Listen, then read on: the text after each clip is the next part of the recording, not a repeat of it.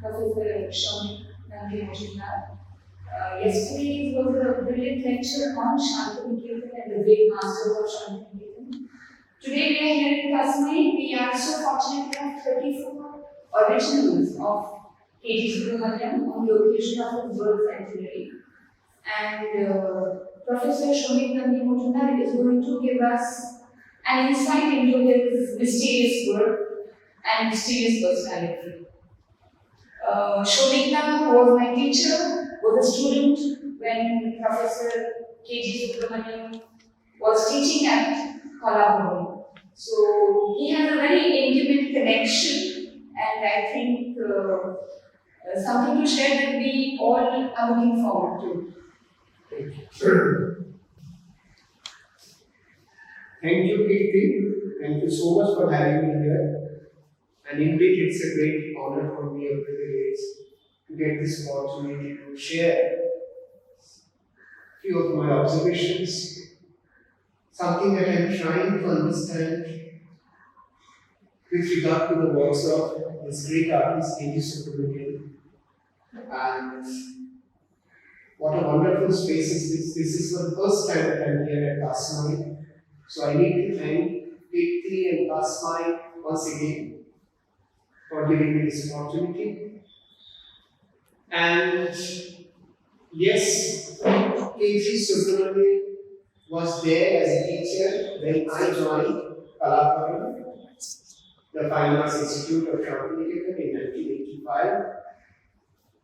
And his presence definitely made a difference to the creative environment of that place.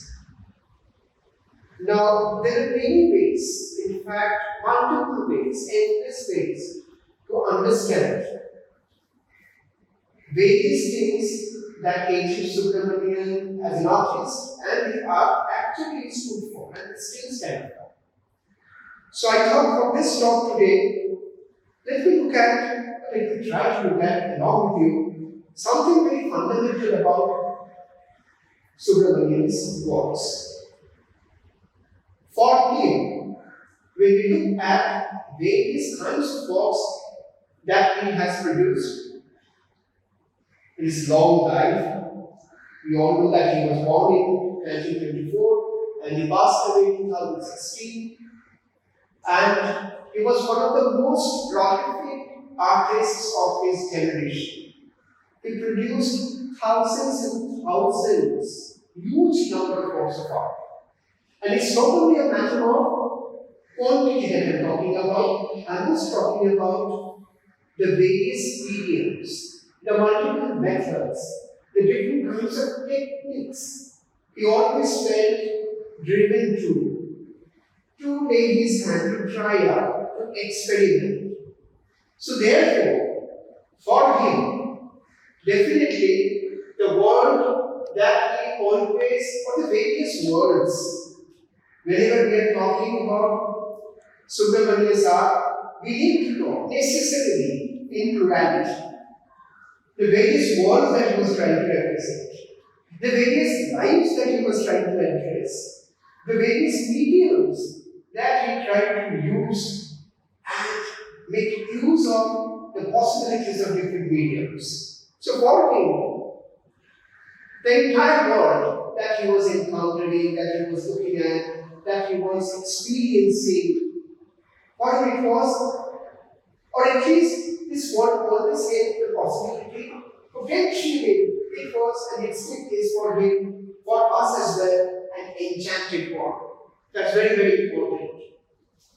Then, secondly, also the world of art. The world of art was equally enchanted for him because he was an artist who refused to work in isolation.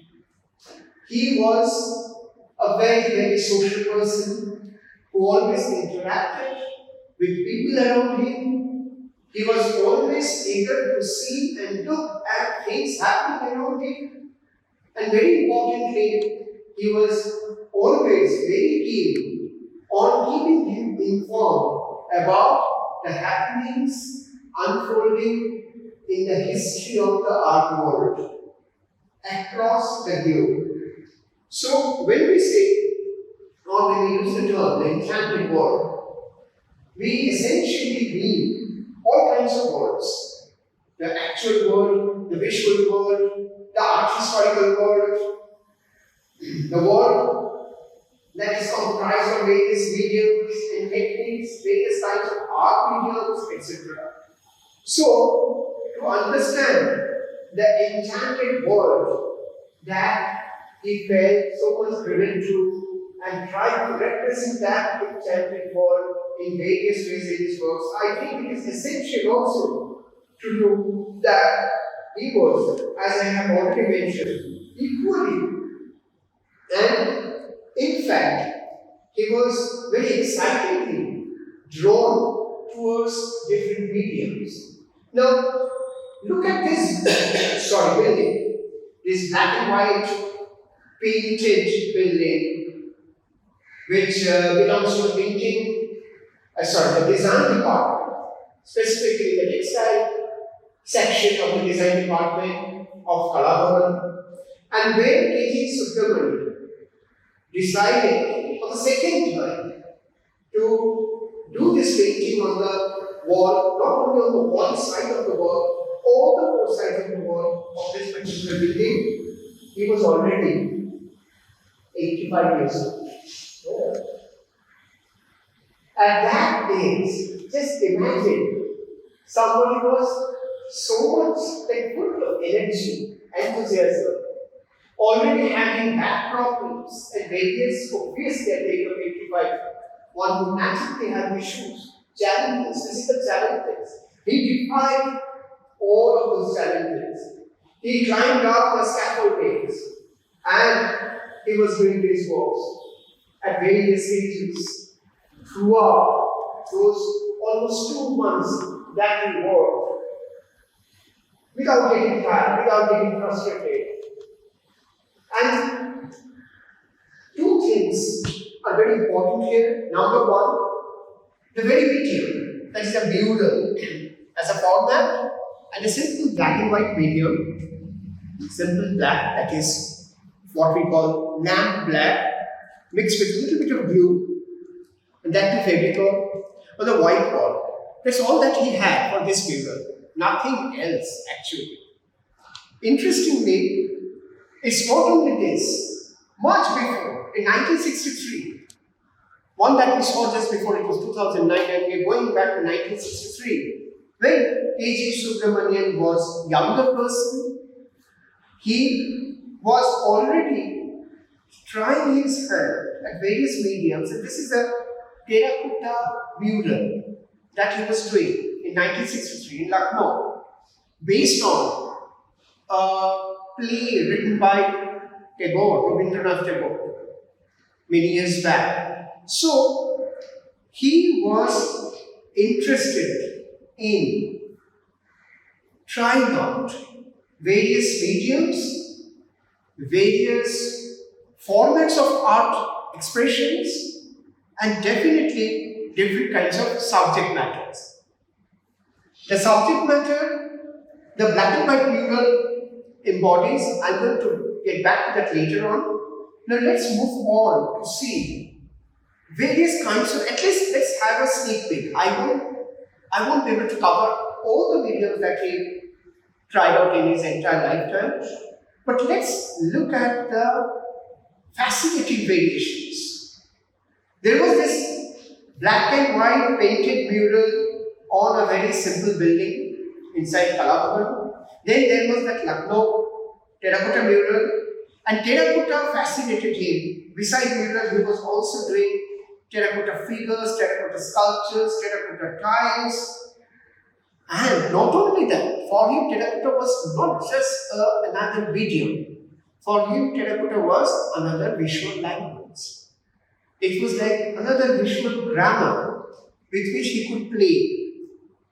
And that is where his talent can be found, appearing again and again in the context of various works.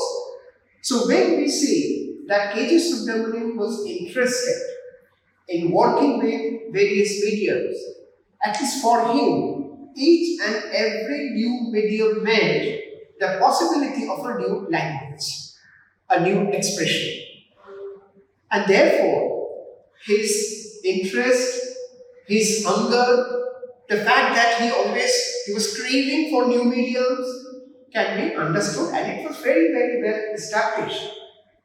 Way back in Baroda, when he was a teacher in Baroda, many decades back, in the context of the annual finance fair in Baroda, he's also started using terracotta, using wooden pieces.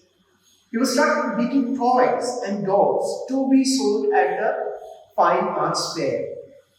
Now, usually an artist who was already very serious, doing grand pieces of works, etc., would not do that unless there is really a drive within him, not only to explore new mediums, but also to explore new forms of art.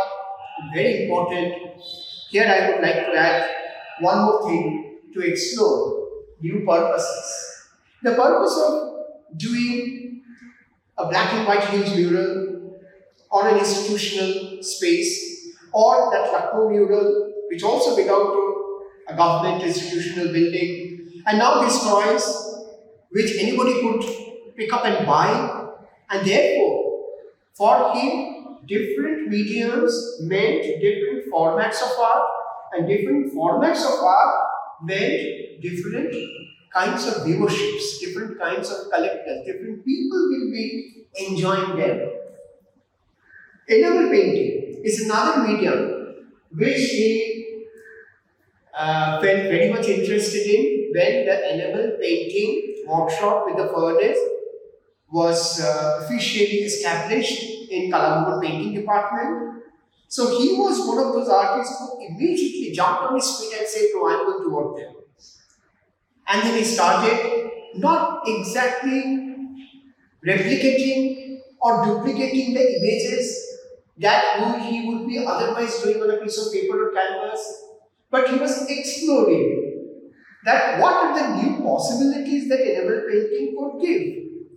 Let me see the new possibilities, and therefore, although we do find certain similarities across his images, whether it's on terracotta or on canvas or on papers, watercolor on paper or on enamel painting, but when we look at these images very carefully, we also see that no, in spite of the superficial apparent similarities, the works are different.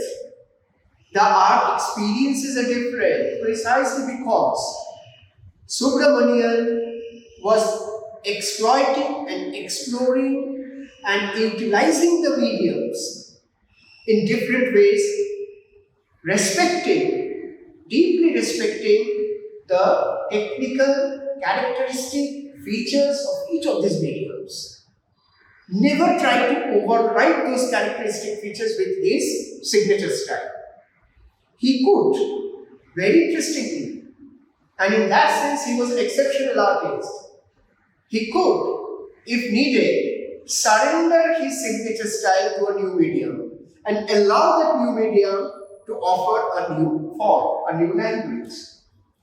For example, again, what in Bangla we call shora painting. Shora is the earthen platter, circular earthen platter made out of clay, terracotta clay, which is usually used in a very ritualistic and ceremonial way for the purpose of, for example, Lakshmi Puja or Durga Puja.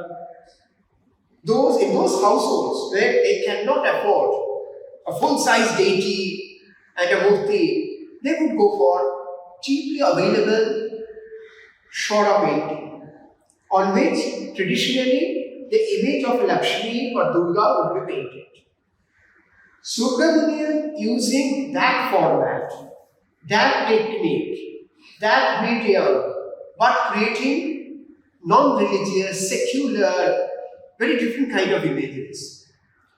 I have already mentioned that for him, enchanted world meant not only the immediate visual world that he was encountering every day, but also the world of art, traditional art, modern art, historical art, everything. So he was very much eager to pick up the possibility that he might discover from any such traditional art practices like chara painting here.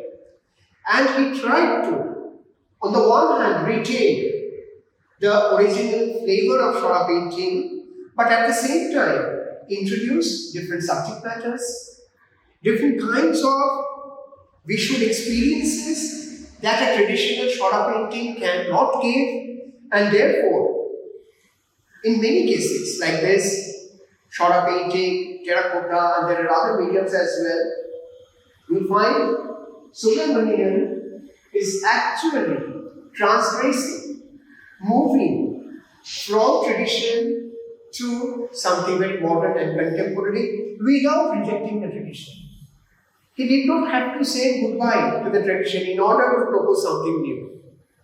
This was an amazing aspect of K.G. Subramanyan, and this happened because he was not a judgmental person. For him, everything in this world can be seen as an enchanted world. Now, even collage works. Collage is something, it was there, nothing new about it. But when Subramanyan was using collage works, it also meant that after these collage works, when he would go back to painting, the experience of collage works would influence his paintings. Especially, I'll show you a couple of examples of his children book illustrations, where clearly his experience of working in collage medium influenced the artist in him as an illustrator, when he was illustrating all those books written for children and by him. And here I would like to quickly add, this information might help us also to know the person from various perspectives and also from different dimensions. The Subramanyan, besides being a very prolific painter, he was also a very prolific writer. And even if you look at some of those books kept on the shelf there, I mean, it takes time to write even one such article or an essay on art, tradition. Also, he is addressing very complex issues with regard to art practice, tradition, modernity, nationalism, etc., etc. And he's not writing one or two, many of those essays on art. So therefore, this person, it was not very surprising that, again, in the context of Baroda Fine Arts Fair, he would produce illustrations done for the books that he himself had written for children. And this is one such illustration where you can clearly see the impact of collage on the book illustrations. And this is also very interesting when we talk about the interconnectivity of different mediums. On the one hand, Subramanyan was very much interested, as I have already said, let me reiterate, he was very much interested in working with different mediums. On the other hand, he was also interested to see how the mediums also create a dialogue between each other. For him, working in different mediums did not necessarily mean that he was just jumping from one medium to another medium. He was embracing different mediums almost simultaneously. So, when you look at these book illustrations, you can see a couple of things. Number one, again, how the idea and the practice of collage is influencing these illustrations. Number two, how he was also continuously, something that he has been also doing for many of his drawings, which we will be seeing now, trying to reduce the expression of an image not by overdoing it, but by getting into a minimalist language.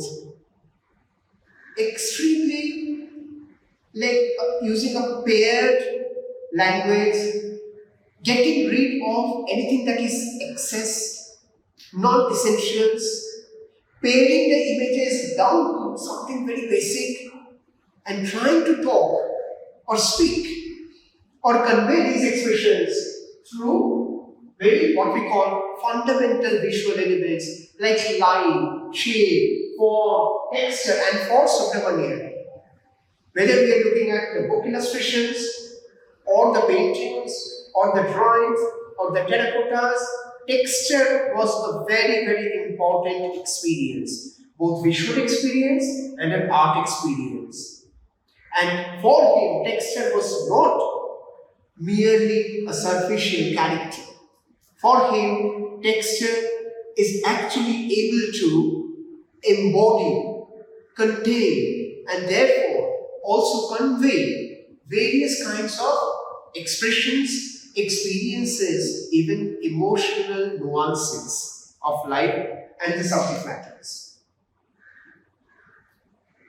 And not only just because these illustrations were meant to be a part of books that he had written for children, but otherwise also scholars who have written on K.G. Subramanyan, scholars who have talked about K.G. Subramanyan, who discuss K.G. Subramanyan and his works, often use a term called playfulness.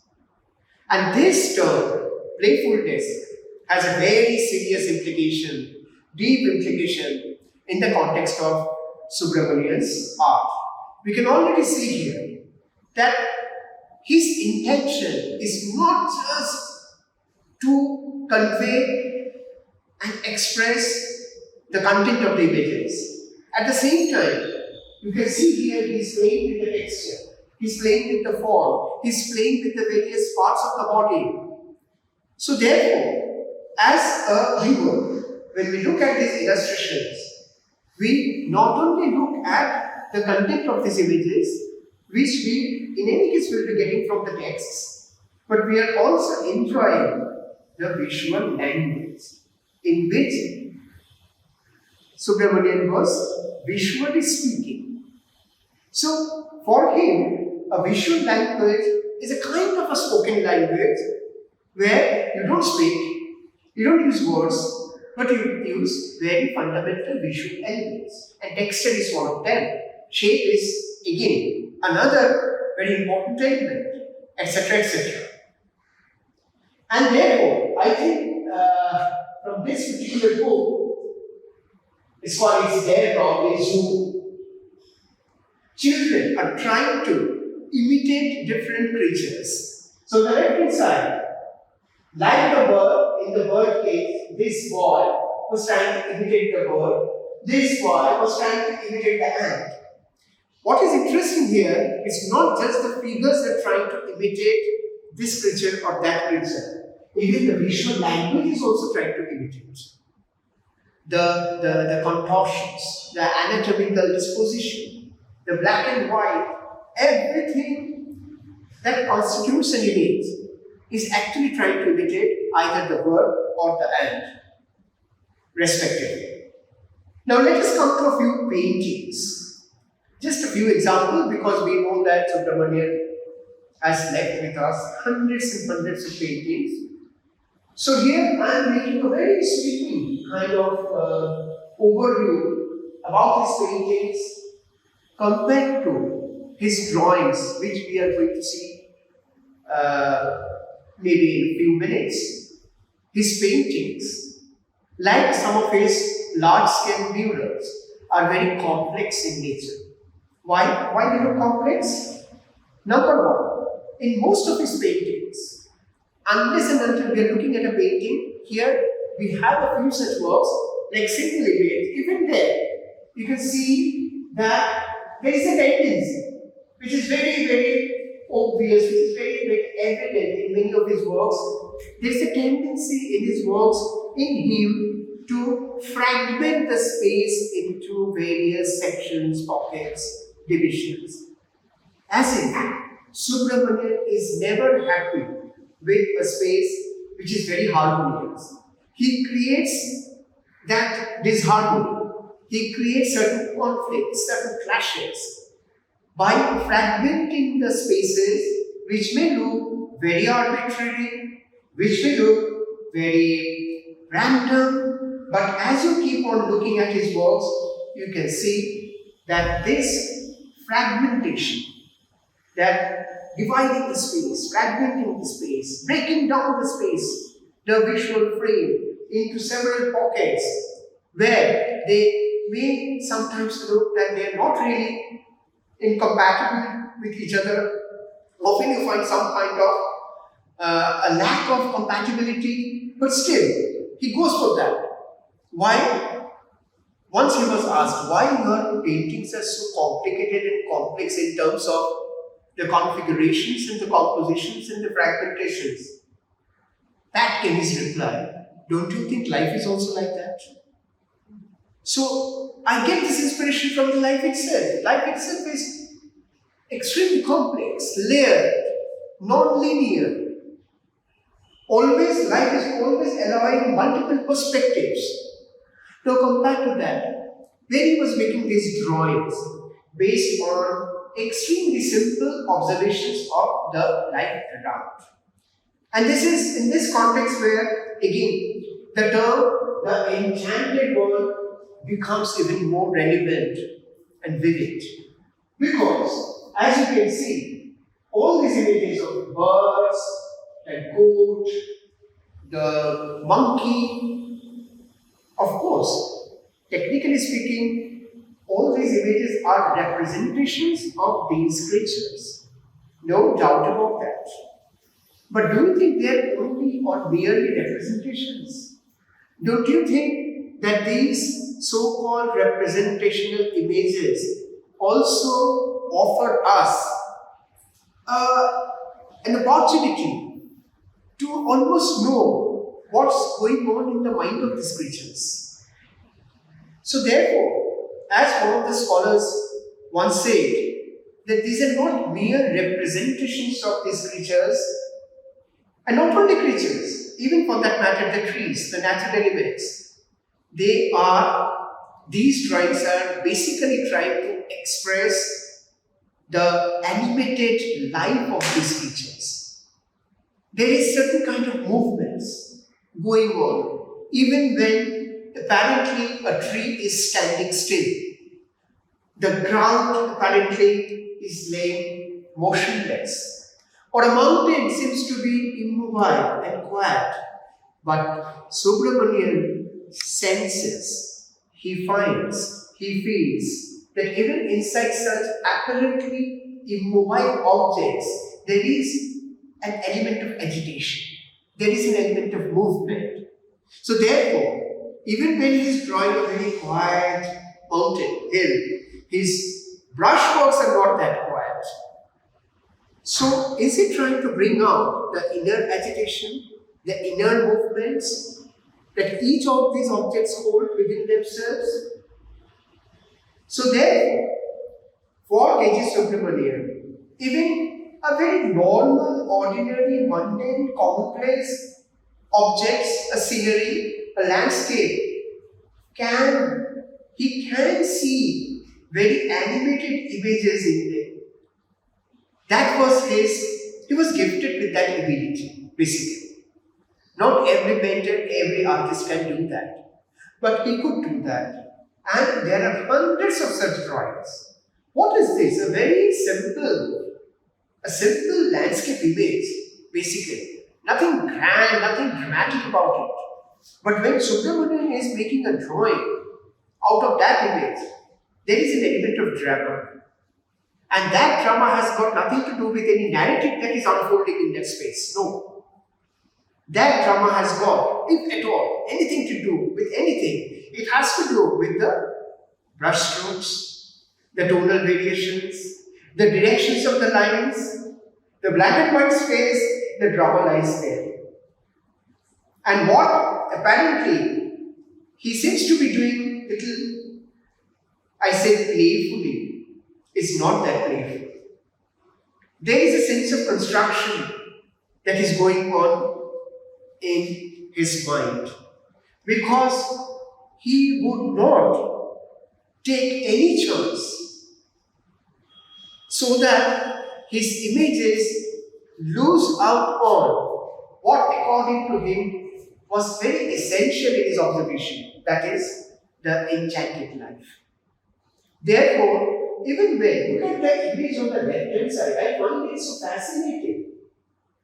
Maybe there's a moon, the black moon, or sun, we don't know.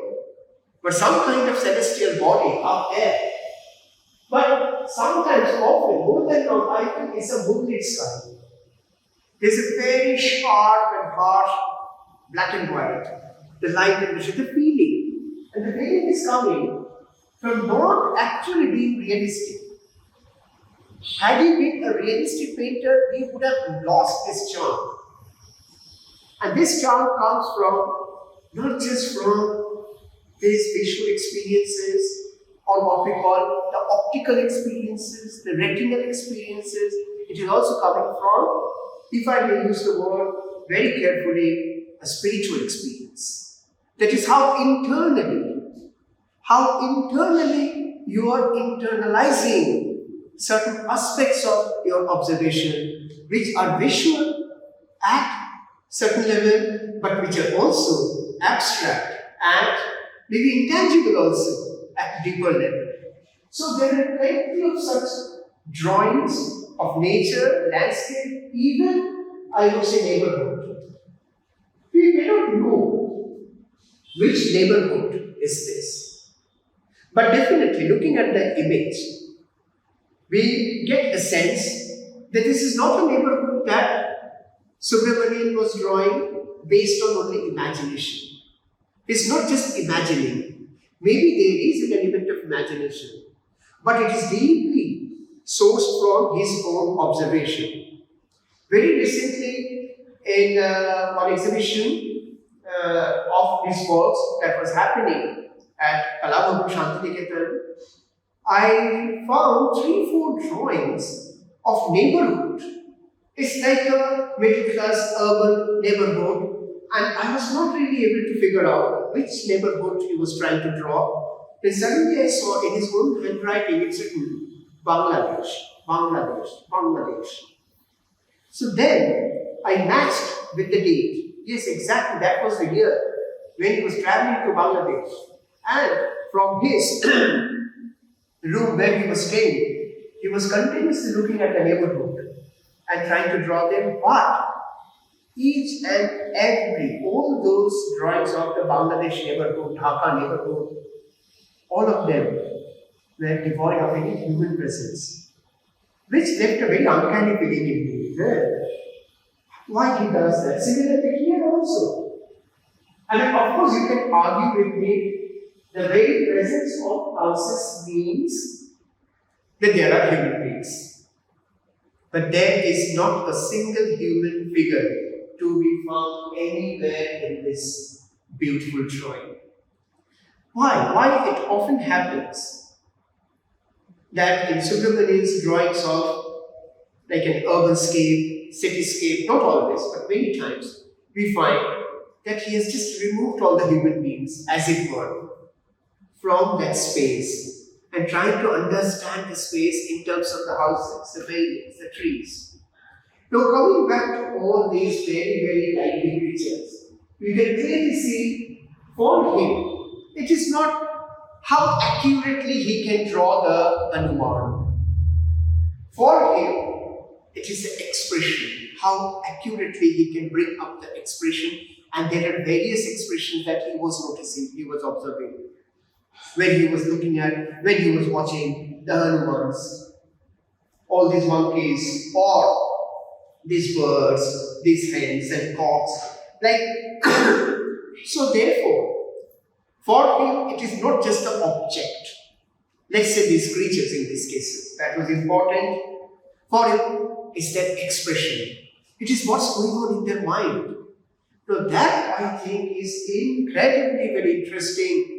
That on the one hand, you have to remain in a certain way faithful to the shape, to the form, to the anatomy, basically, of that object, of that creature. But at the same time, in order to bring out the expression, the agitation, the movement. I mean, look at this.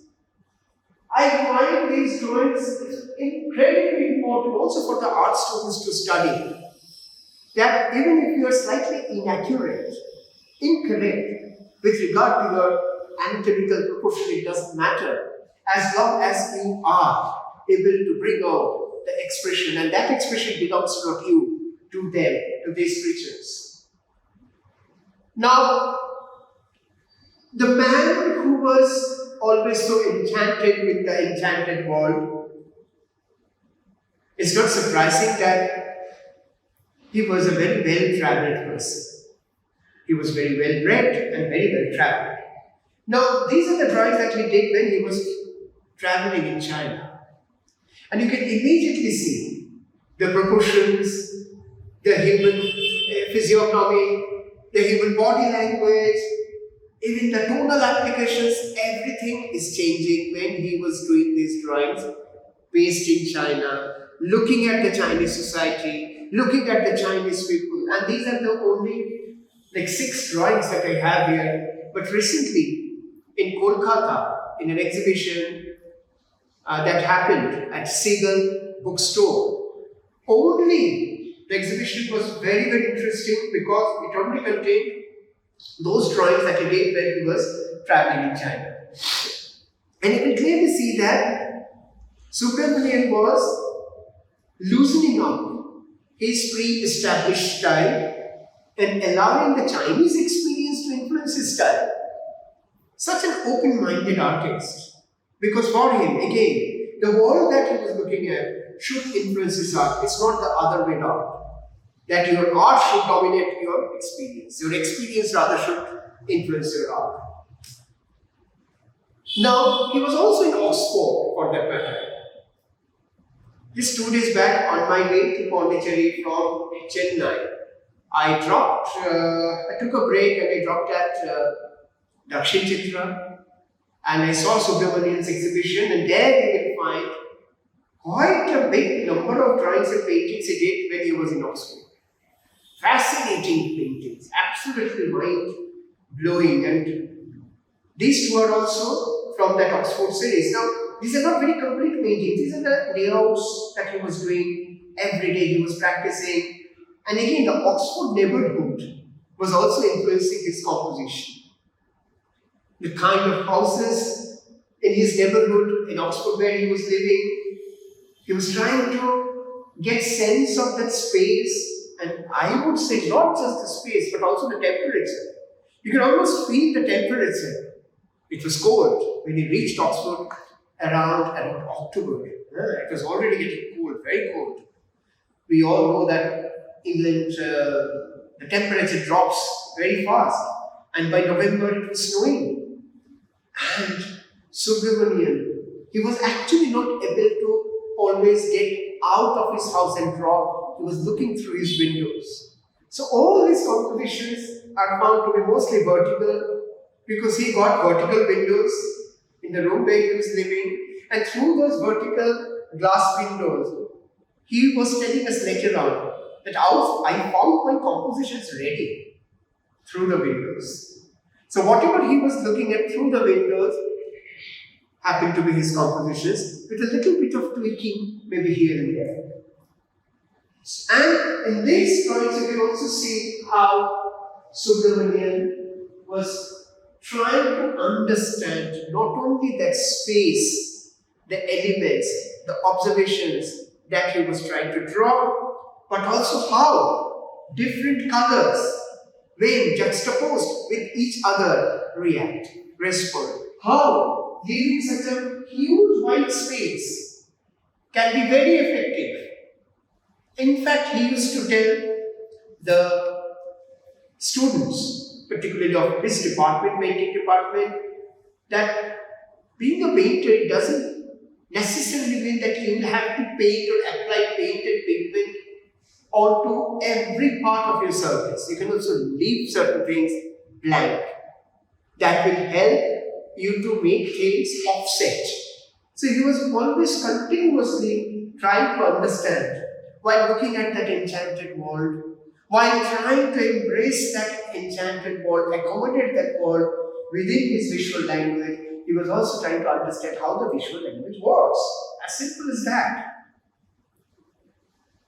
These two drawings and paintings, interestingly, belong to another series known as the Fairy Tales of Purvapalli. Purvapalli is the name of the neighborhood where he stayed and lived in Shantiniketan. Then for him, Purvapalli was not just the name of a neighborhood or a place or a locality, it was also the name of a place where dramas and theatres, human theatres unfold every day, night, afternoon, evening, and morning. So he used to watch that.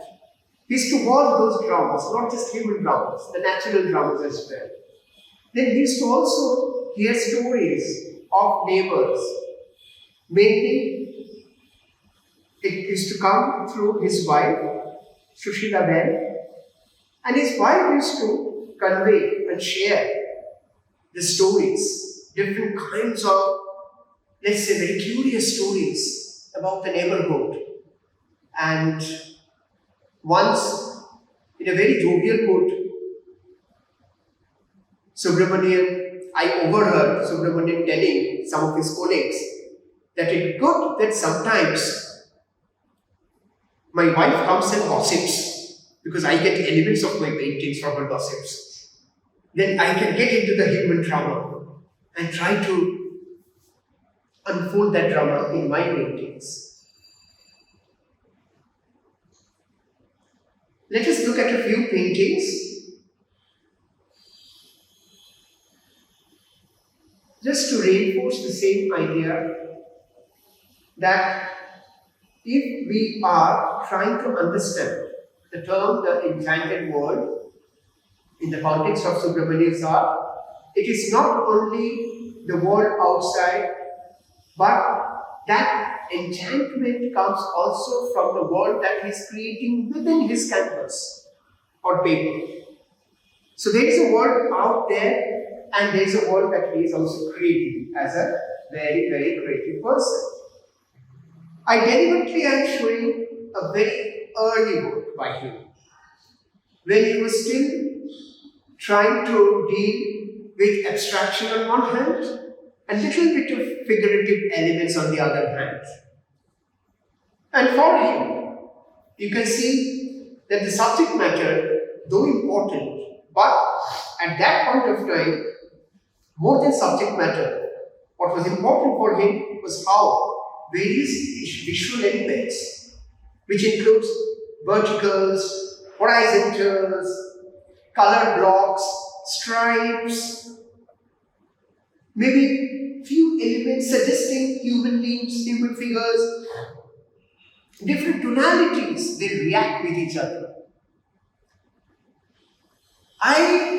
When I was a student, I was not really having that ability to understand this kind of works. I found them very less dramatic, boring, just academic exercises. But much later, I understood that because he was doing those kind of paintings at the early stage of his career, it's possible that later on, he was able to play the similar elements but more freely. He was trying to get rid of those rigidities of compositions, of those conventional notions. This is how you should compose, this is how you should place the figures, this is how you should juxtapose one figure with another. Is breaking down. He was dismantling.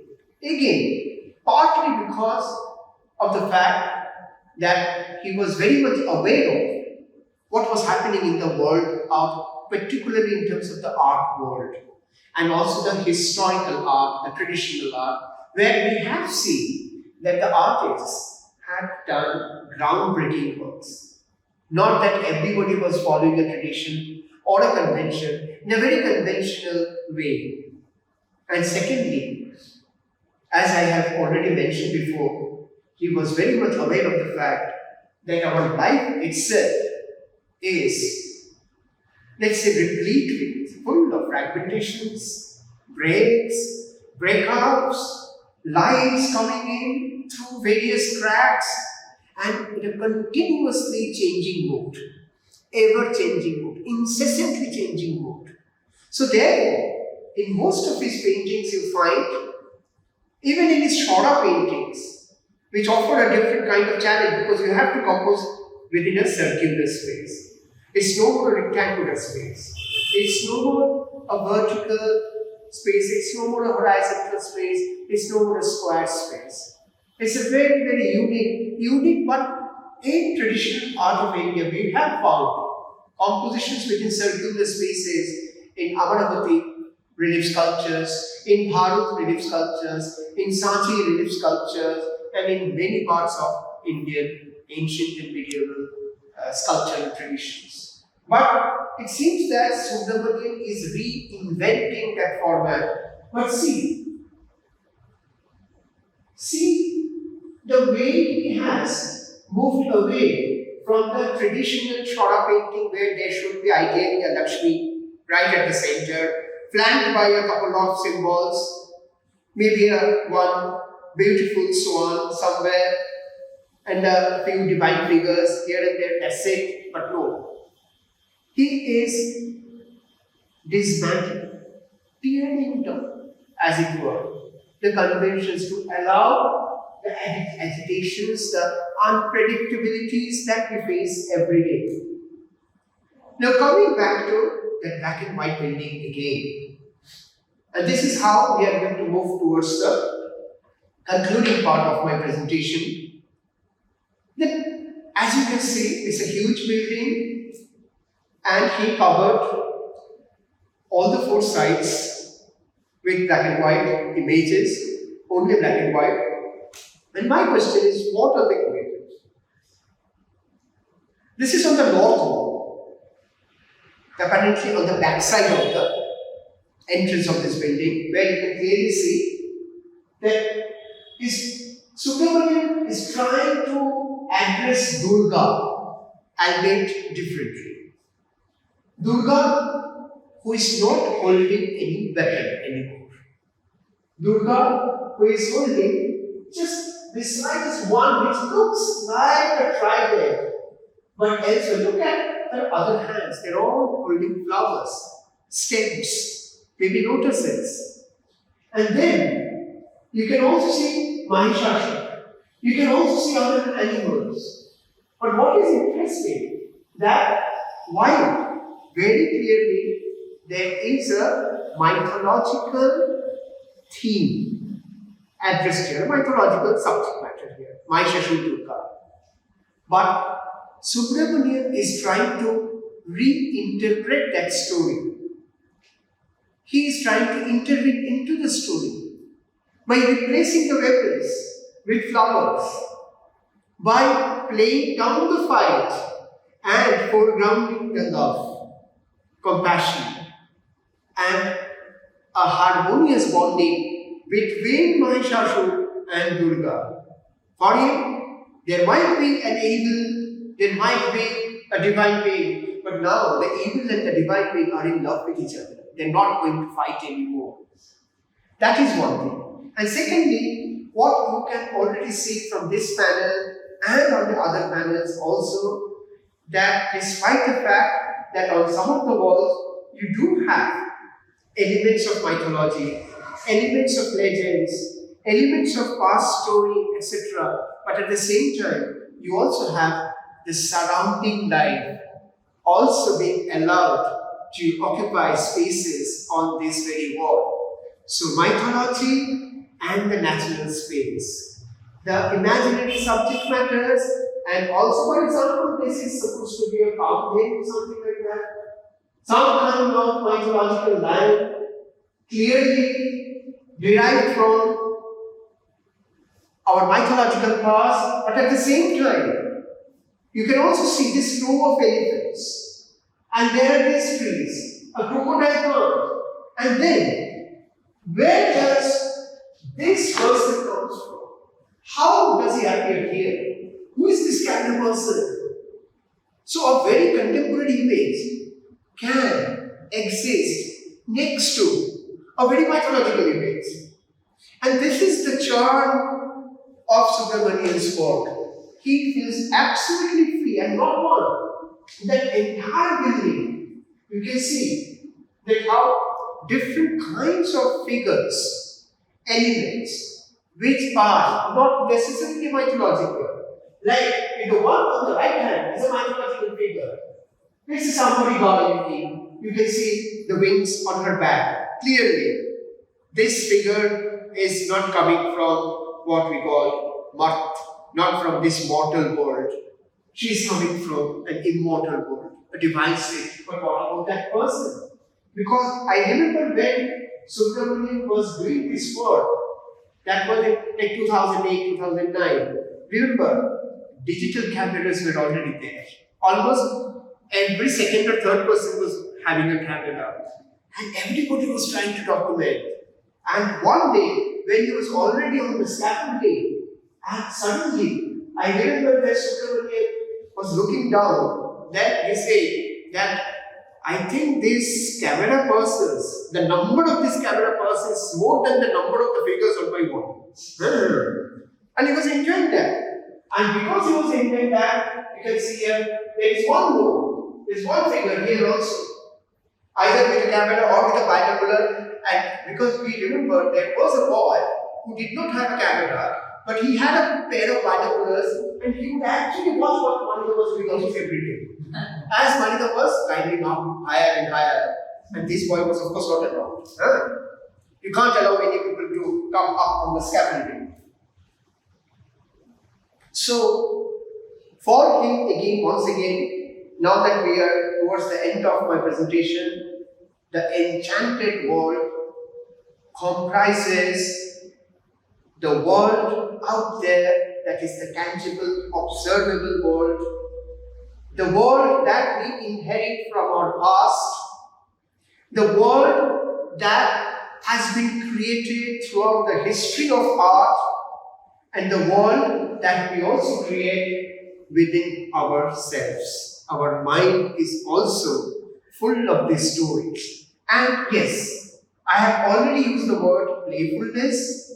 Now let me also finally, as we are moving, we have come to the last slide now of this presentation, that for Subramanyan, all these words that we are referring to, the world outside, the inner world, the imaginative world, the mythological world, the historical world, the past world, etc., etc., none of these worlds is a static world. These worlds are full of stories, tales. For him, even this, what you see on this figure, you can clearly see that it's a full moon night, which is a fantastic phenomenon in Shantiniketan.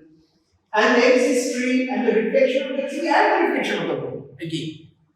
This very simple image is also a part of that enchanted world, which can also be heard if we really want to know their stories. And this is how I would like to come to an end to this presentation and say thank you. Thank you.